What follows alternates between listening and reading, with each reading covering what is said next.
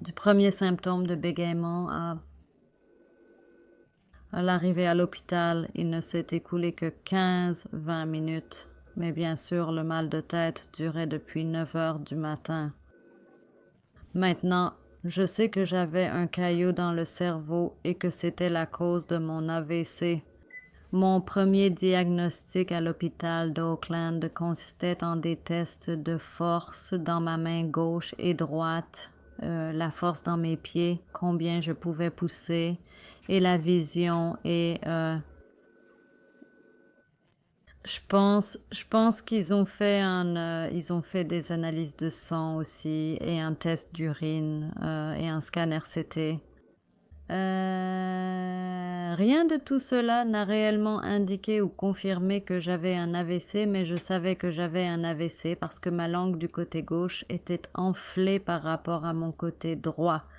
Et j'avais toujours associé ce genre de choses à mon discours bégayant. C'est depuis le moment où je suis entrée aux urgences, je pense que je suis restée là quelques jours.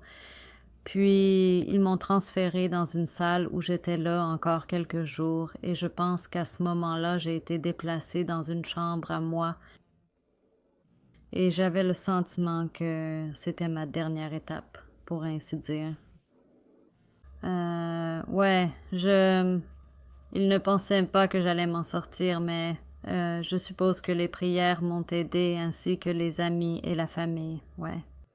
Quand je me suis réveillé dans la salle, je pensais que j'allais juste y être pour une journée ou quelque chose comme ça, ou une demi-journée, je serais parti. Et puis ce n'est que quelques jours plus tard que j'ai découvert que j'avais un problème sérieux. Ouais, pas avant, environ 4 jours plus tard, ou quelque chose comme ça. Quand je me suis réveillé, je ne savais toujours pas comme le mois et la date. Je ne sais même pas quelle date, quel mois c'est, et des choses comme ça.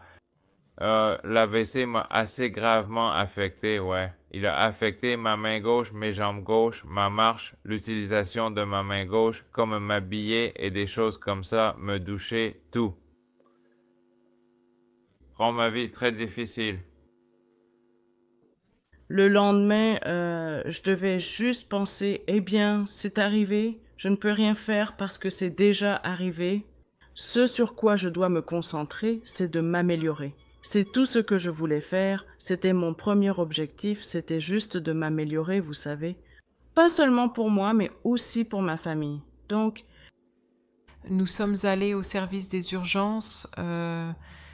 Avant cela, ouais, mon médecin a téléphoné à l'avance pour prévenir que j'arrivais. Donc, nous sommes allés au service des urgences et ils ont juste posé des questions sur ce qui s'était passé, puis m'ont simplement pris en charge. Eh bien, au début, ils m'ont examiné. Ils ont juste fait des examens physiques, comme lever mes bras et mes jambes et faire suivre les yeux pour suivre les mains de gauche à droite. Je suppose qu'ils faisaient toutes ces sortes de choses. Ils m'ont fait me lever, voir à quel point je tenais bien en équilibre. Et puis aussi m'ont emmené pour un scanner CT. Et j'étais à l'hôpital pendant 12 jours. Pendant ces 12 jours, je suis allée à la thérapie de la parole et je suis aussi allée au service de kinésithérapie, mais ouais, à peu près directement au service des AVC. Pour ceux qui ont des AVC, si vous voulez vous améliorer, vous devez persévérer. Ne soyez pas paresseux. Participez à tout ce qu'il vous donne parce que, regardez, je commence à bouger tout mon côté gauche. Et j'ai commencé à aller moi-même aux toilettes, à la douche. J'ai juste besoin d'une ou de quelques heures sous la douche. Avant, je devais m'asseoir sous la douche, on devait m'emmener aux toilettes, tout faire. Mais ouais, c'est le prix de la persévérance, c'est que vous commencez à aller mieux, vous savez. 2 jours plus tard, j'ai commencé à marcher.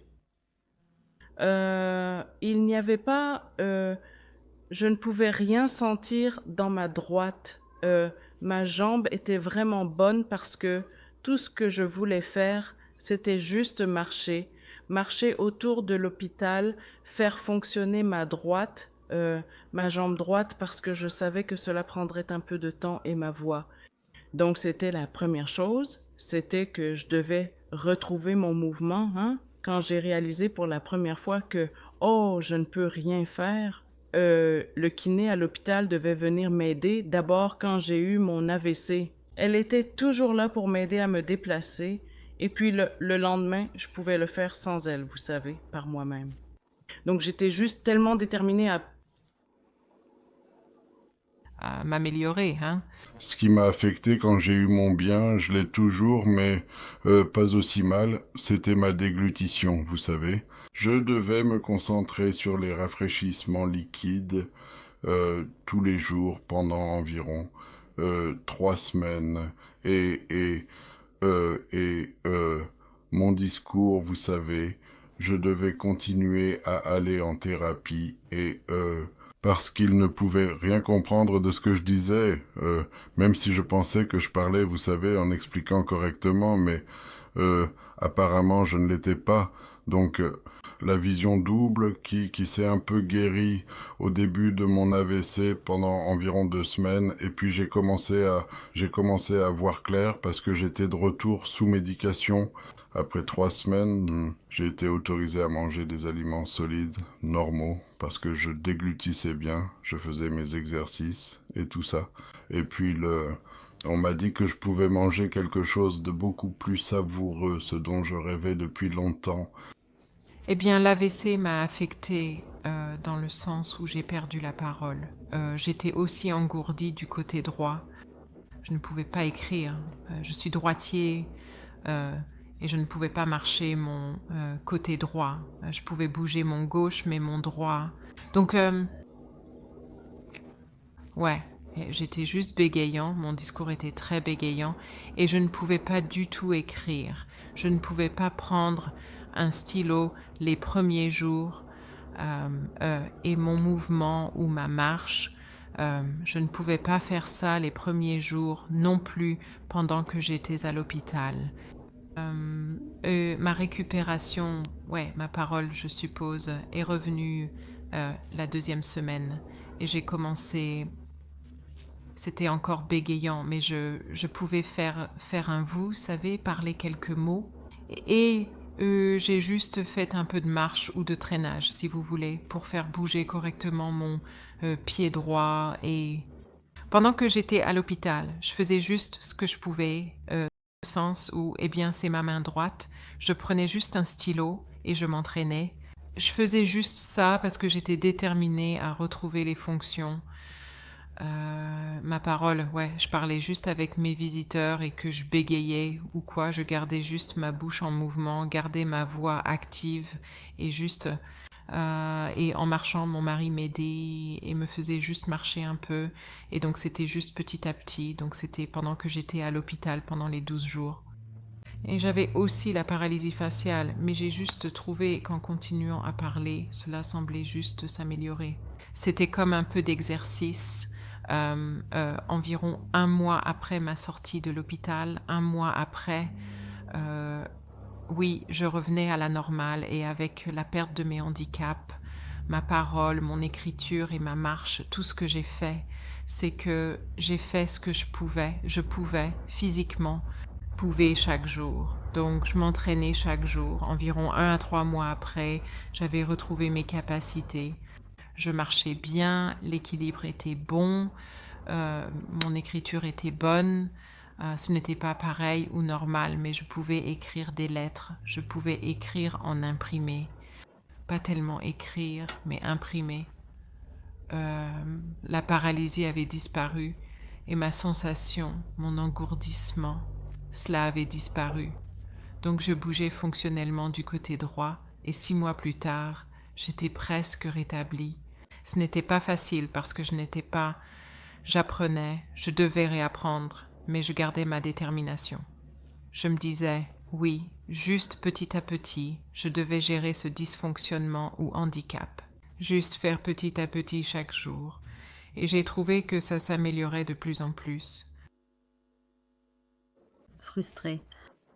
Ces handicaps vous rendent frustré parce que vous perdez votre indépendance et je suis une personne très indépendante. Je déteste prendre le bus. Vous monde aux autres passagers, mais vous savez que vous ne pouvez pas faire les choses. Vous ne pouvez pas bouger aussi vite et beaucoup de gens pourraient ne pas comprendre cela. Parfois, j'avais envie d'avoir une étiquette disant « J'ai eu un AVC, je ne peux pas bouger ».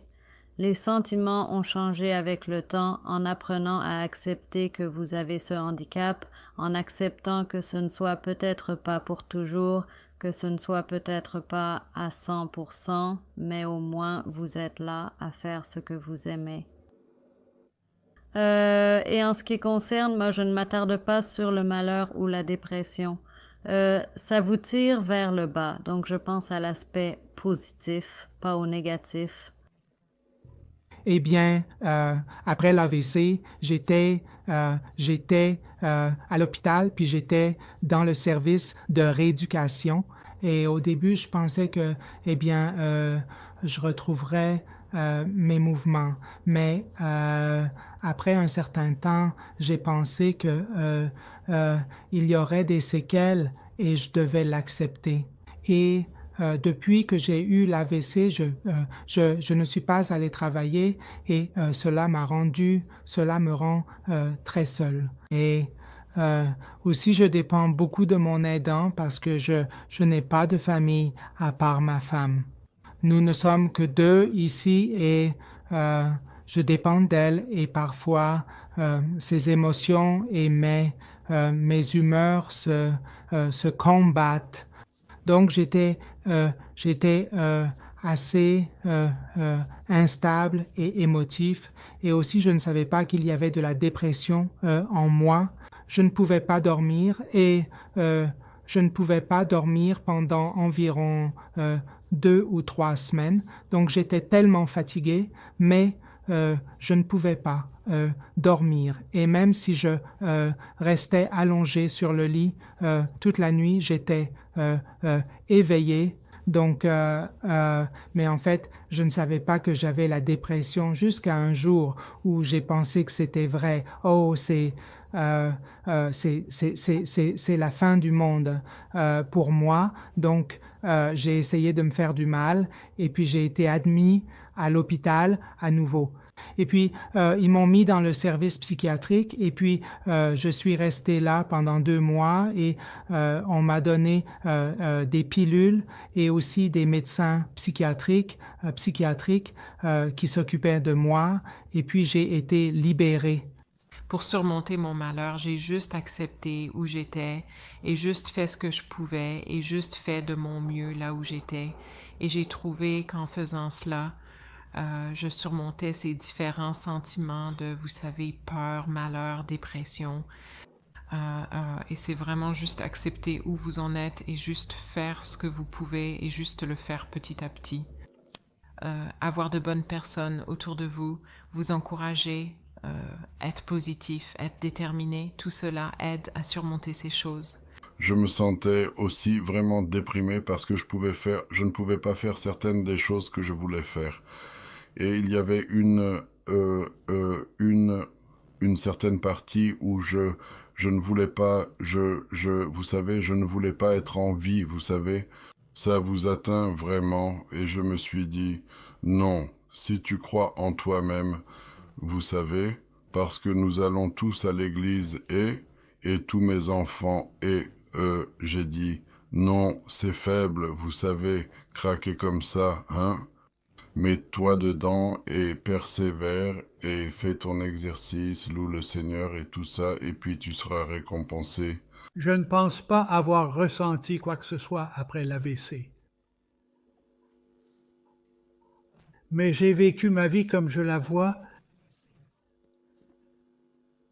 parfaitement heureux, essayer de faire une blague de temps en temps. Mais continuellement, je cherche toujours des moyens de l'améliorer, ma vie. Je peux améliorer la parole là où je ne pouvais pas parler du tout. Maintenant, je parle beaucoup mieux. Chaque jour, je progresse. je peux regarder en arrière et penser à quelque chose que j'ai appris, quelque chose sur lequel je me suis amélioré. Rien ne peut interférer avec ça. C'était difficile. Je devais mordre ma langue assez souvent parce que vous devenez impatient. Vous pourriez dire à quelqu'un de faire quelque chose et notre reconnaissance du temps n'est pas ce qu'elle serait pour une personne normale. Une seconde peut parfois sembler 1 heure et donc, oui. Ma fille disait, attends 1 minute, je vais le faire. Donc, vous savez, je m'empêche de répéter et c'est une des choses que vous devez apprendre. D'autres thérapies que j'ai essayées sont les médecines à base de plantes chinoises et aussi l'acupuncture chinoise et aussi le massage. En fait, j'étais très agressif et parce que je voulais et je devais retrouver ma force le plus rapidement possible. Donc, je l'ai fait. J'ai fait ces 3 choses en même temps chaque jour. Donc, je faisais un massage, je faisais l'acupuncture et je prenais aussi la médecine à base de plantes chinoises. Mais en fait, j'ai dépensé pas mal d'argent pour ça.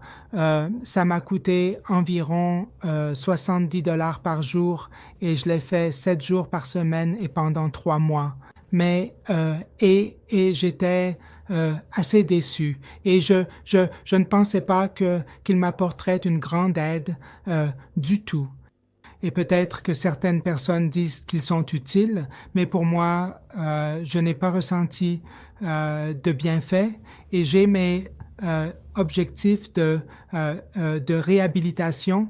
Disons, au début, je pouvais marcher environ 5 minutes et j'étais très fatigué. Mais moi, chaque jour, je fais mon plan pour marcher 3 fois par jour, le matin, à midi et aussi le soir. Donc, je continue à le faire et progressivement, je peux marcher 10 minutes à la fois au lieu de marcher seulement 5 minutes à la fois. Et je peux marcher plus vite et je peux marcher avec un pas plus grand. Donc, parce qu'on m'a dit que marcher est le meilleur exercice. Et j'ai aussi un vélo d'appartement. Et puis, je fais du vélo d'appartement tous les jours pour garder mes genoux plus forts. Je pense que ma première année a été la pire parce qu'ils disent que le pourcentage de personnes mourant après un premier AVC n'est pas bon. Donc cela m'a inquiété jusqu'à ce que l'année soit passée et puis j'ai un peu pensé, oh, eh bien c'est ça, vous savez. L'année est passée, donc je devrais aller bien. Donc je pense qu'il faut avoir une bonne attitude, une attitude saine pour survivre à un AVC. Crise cardiaque, les gens peuvent en avoir.